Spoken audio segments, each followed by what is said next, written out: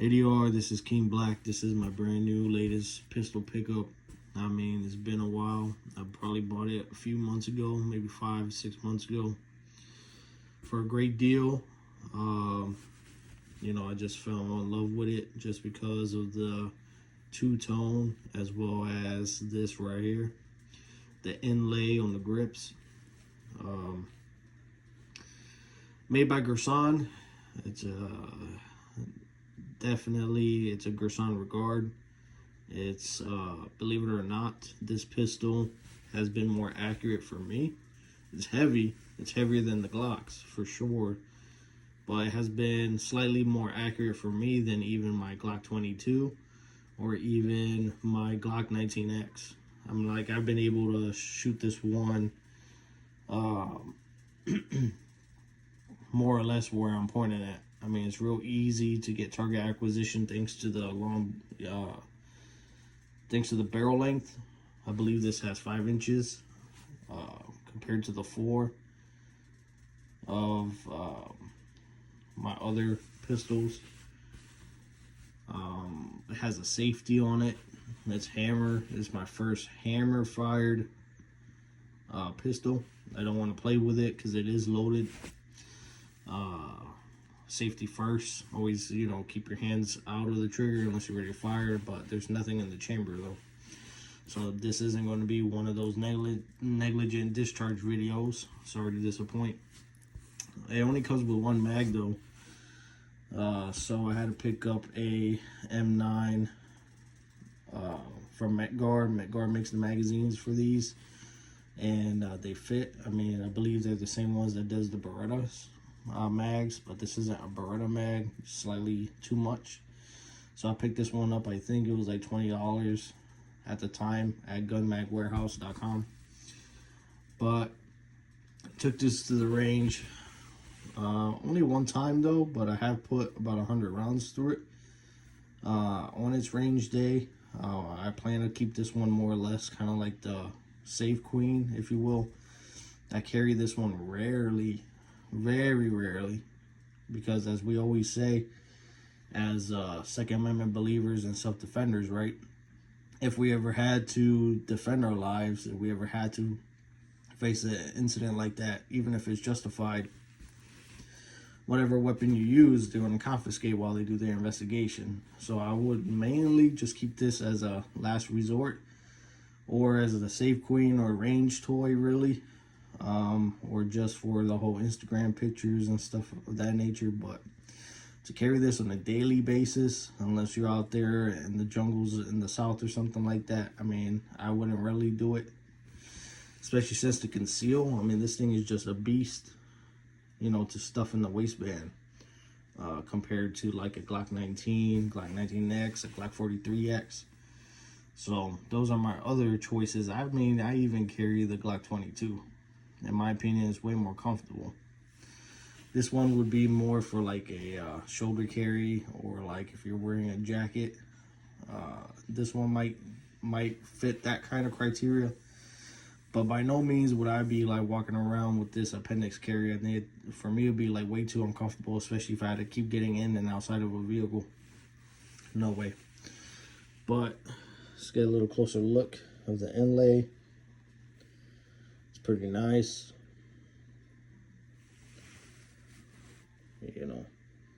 Made in Florida, or made in Turkey, but imported through Florida. It's pretty clean. I mean, like I said, it's only really been fired once for 100 rounds, so in my opinion is barely broken in.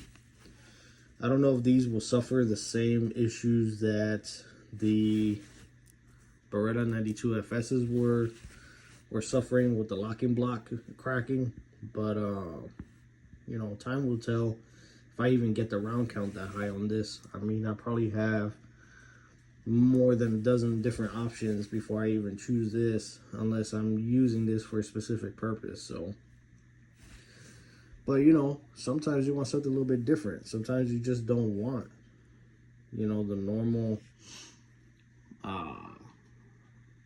block of a Glock, you know what I mean? Sometimes you just want something nice, to look at, something that feels good in the hand, something that feels a little bit weighty. You know, there's a safety right there. It also serves as a decocker as well. But again, since this is loaded, I'm not going to be demonstrating that, just to avoid any mistakes. Doesn't matter how long I've been around firearms, safety is number one. You know, love yourself, love those around you, especially if you live in an occupied household. Even if you're by yourself, accidents are easily preventable if you follow the firearm safety rules. You know, I can't stress that enough. I mean, unfortunately, too many people have had their lives mistakenly taken just because somebody was trying to be cool or play around with a loaded weapon, or thinking that a weapon wasn't loaded and playing with it and pulling the trigger and finding out that there was something still in the chamber. Especially when a lot of the pistols can still fire even without a magazine. There are some that won't fire if there's no magazine loaded, but for the most part, many pistols now will fire even if there isn't a magazine loaded. So you have to be very careful, because if you have one last round in the chamber and you eject the magazine, doesn't mean that last bullet is going to come out that chamber. So safety, safety, safety when it comes to pistols, or any firearm for that matter. Rifles also, shotguns especially. I don't know about you, but if you load a shotgun with slugs, I wouldn't want to be accidentally shot by a slug or a buckshot, you know. Debatable even birdshot. I mean, anything is deadly, even a 22. So you gotta take these things very seriously. But I think for the most part, even though I continue looking at pistols, this is my very last pistol for a long time. Because I'm more now into building up the rifle part of the collection. You know, I already have a Visca Century Arms AK-47, then I have an AR-15, but you know, an ATI AR-15 at that. So a budget rifle. I'm thinking about getting a second one.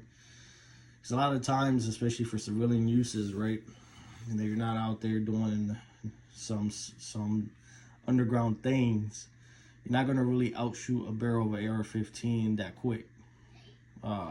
Especially when most of our range days, or most of a person's range days with the AR-15, it's probably less than 200 rounds.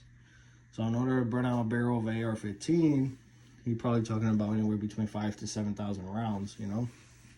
And by then you will have to probably have changed out the extractor, maybe a spring or two, maybe even the bolt carrier group. So, but I do have a couple of optics, and I don't want to keep having to remove one and re-zero another. So on one of my AR-15s, I already have a red dot on it. And then I also bought a scope, which is currently still in this packaging. So I do want a second AR-15, just to mount a scope on it, something for a little bit longer distance that can zero in and have for about, let's say, up to 300 meters will be alright. I mean, I don't really foresee anything crazy that I need to try to be touching 500 or 600 meters, especially in an urban environment. But, you know, I just don't want the hassle of having to relock tight everything, re-zero everything. Now, when it comes to this, I just had to have it. I mean, it was sub 600. And for the inlay and the two-tone and the gold and the silver, like, I was like, why not? Because right before I got this, I was going to get the all gold Girsan, the EAA Girsan gold.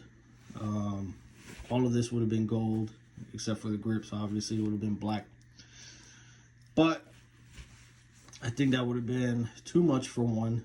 And two, this came out right when I was about to, quote unquote, pull the trigger on that one. So when I saw this and I saw the price point on it and I saw the design, and, you know, most of my channel is dedicated to me being a Latin king and that kind of stuff, you know, I thought everybody needs to have one of these narco guns, right?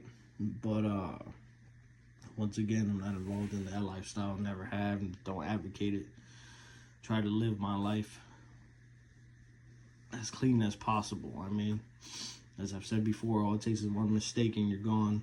If you're not 6 feet under, you're gone 10, 15, 30 years. And I want to be out and free to be able to enjoy stuff like this, free and clear and legally. It is a fingerprint magnet, obviously, so, you know, gotta constantly wipe it down if you're always playing with it or holding it or whatever. But this is definitely not one of those that I will let somebody just borrow. You know, this is mine. Somebody can go get one if they want one. But I wouldn't, you know, nah. You know, nah. It's like a story with my Rolex. When somebody says, why wouldn't I let them hold it?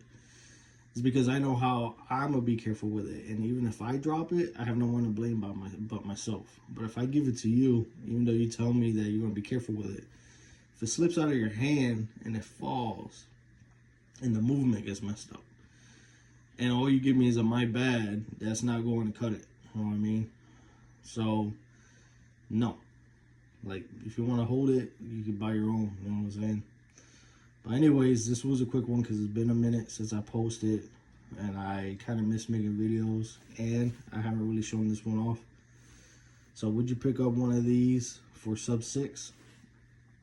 I mean, like I said, for the price point, and I was actually shocked by its accuracy compared to my Glocks, even though yesterday I went to the range and I shot an my M&P 40 cal and my Glock side by side, and I did way better with the Glock 22 versus M&P. So I just don't know if it's just more of I'm more comfortable with the Glock grip. But yeah, I love this one too. This one rivals my Canik Rival in terms of accuracy. My Canik Rival is the same thing. Basically, where you aim it is exactly where it's going to put a bullet hole. 80 yard King Black.